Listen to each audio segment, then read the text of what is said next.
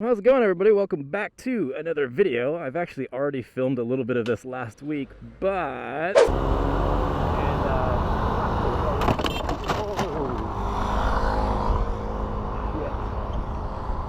I was in a little bit of a rear ender. Someone hit me from behind, and not to worry, I'm fine. Didn't fall over anything. The other person's fairly fine. I'll make a video about that next week, sort of explaining what happened, analyze the crash, and talk about the procedures and how different it is, because Taiwan's kind of a weird place when it comes to that kind of thing, the traffic laws, but I'm still waiting for the police report and figure all that stuff out. So that'll be next week's video. Stay tuned for that. But this week I wanted to talk about weird, interesting things about Taiwanese people, what sort of sets them apart, the sort of quirkiness to them.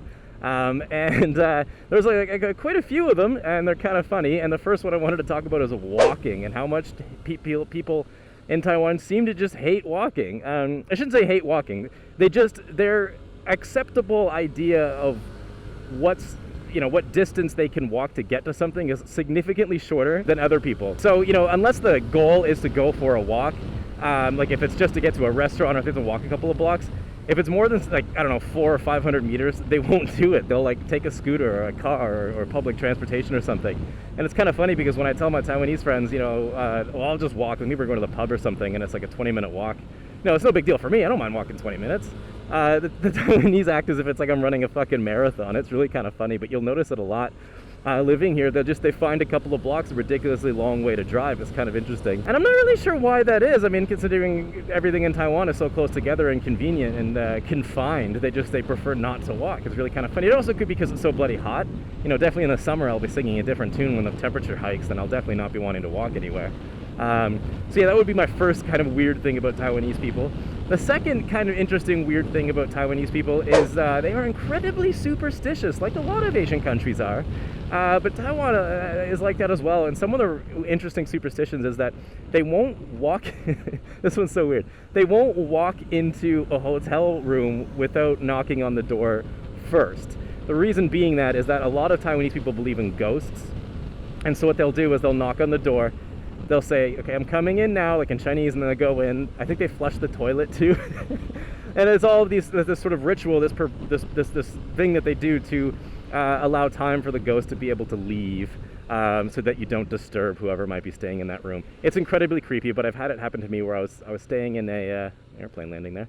I was staying in a hotel, and the room I had initially was the shower was leaking, and I wanted to take a shower, and I didn't want to get water all over their hotel room floor, so I asked management if I could swap rooms, and they agreed. And when they took me to the new room, the guy knocked on the door, and he's like, I could hear him in Chinese. He's like, okay, I'm coming in. And I was like, in my head, because I didn't know back then, right? Because back in China, there's some superstitious people, but not on the level of Taiwanese people, or not even close.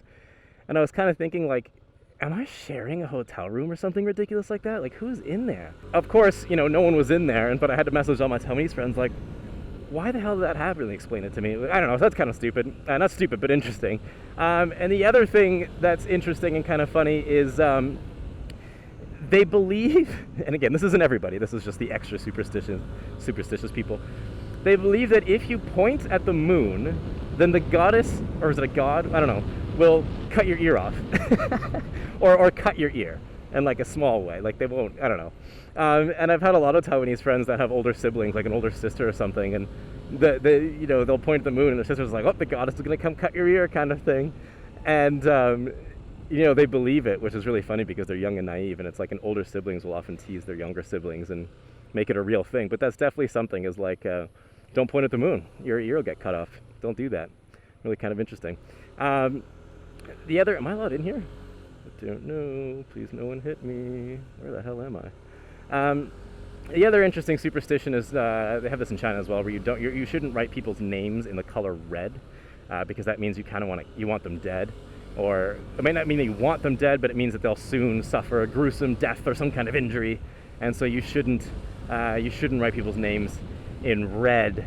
There are so many superstitions out there. There's like Ghost Month, where you shouldn't go swimming because the ghosts in the water will come and take you and you'll drown.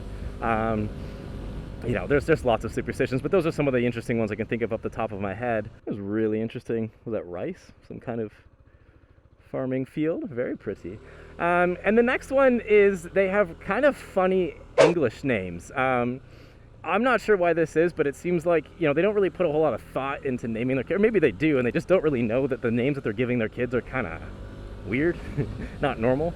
So, I've had kids, previous students whose names are like Apple, which is just not a name in English. I have a student right now named Oreo, as in the cookie. There's other ones like King, like as in Queen and King. Black, I've had Red, a lot of other ones, they'll often name their kids after celebrities, like Eason. There's a singer who sings in Chinese named Eason Chen, and whoopsie daisies, is this a road or a dead end? This always happens to me.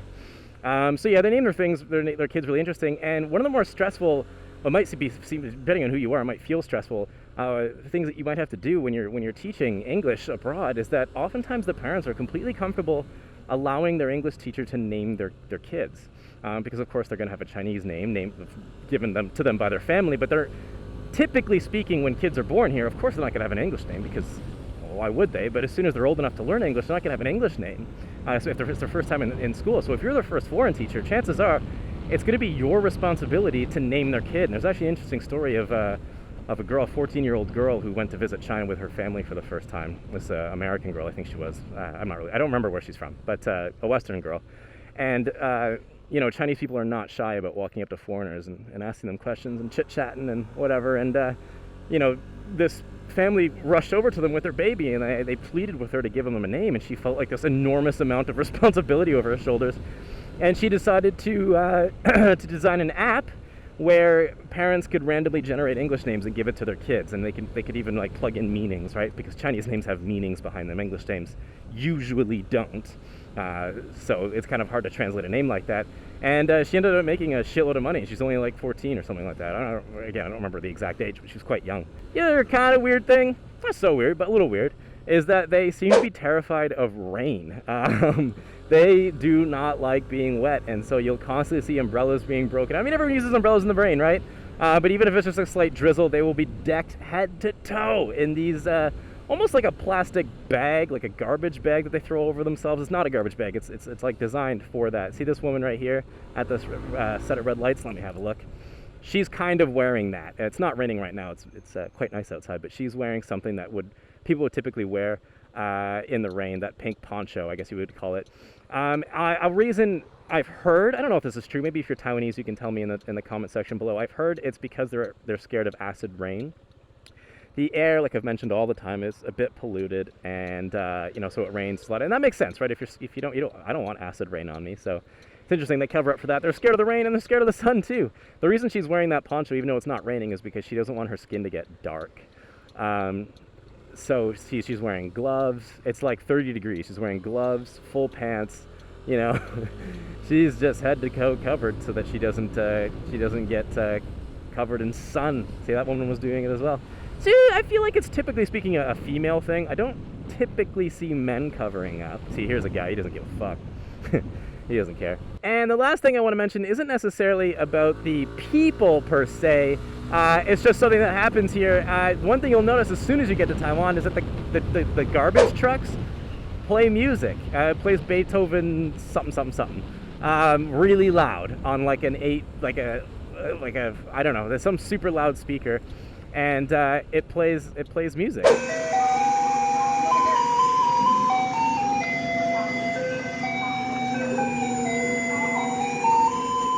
They do that so that people know that it's time to come bring your trash down to throw it out. I just made an illegal turn there, don't tell anybody. Because, here it works a little bit different. Sometimes, like in my apartment, I can just go downstairs. I have to separate my trash into like a million different, because people take recycling here incredibly seriously, so I have to separate everything into like 1,000 different categories, and then I can throw it in the trash bin, and then I can go back upstairs. However, not every apartment has this. Sometimes you have to throw your trash out at a certain time of day, and that's only when the garbage trucks come around. So everyone in the neighborhood will come downstairs and wait. They'll talk to each other and stuff. And they wait for the garbage truck to come around, and the garbage truck, this bumpy ass road. The garbage truck plays music to let them know that it's time to come throw the trash, come downstairs, which is kind of funny. So, just all the time you're hearing those fucking garbage trucks go around. I have no idea where I am right now.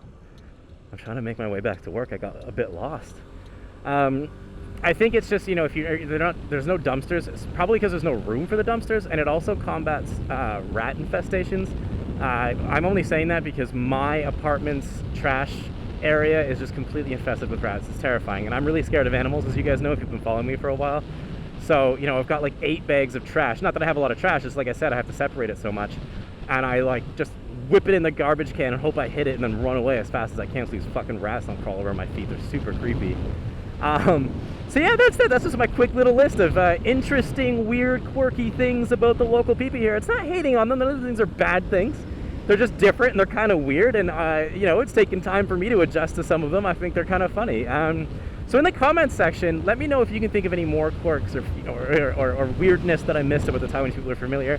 And if not, maybe you can tell me interesting things about your own culture or the place that you're living in. Maybe you're a foreigner in Japan. You've got all kinds of stuff to talk about. But yeah, so that's that. Stay tuned for next week while I go through that class I was just in.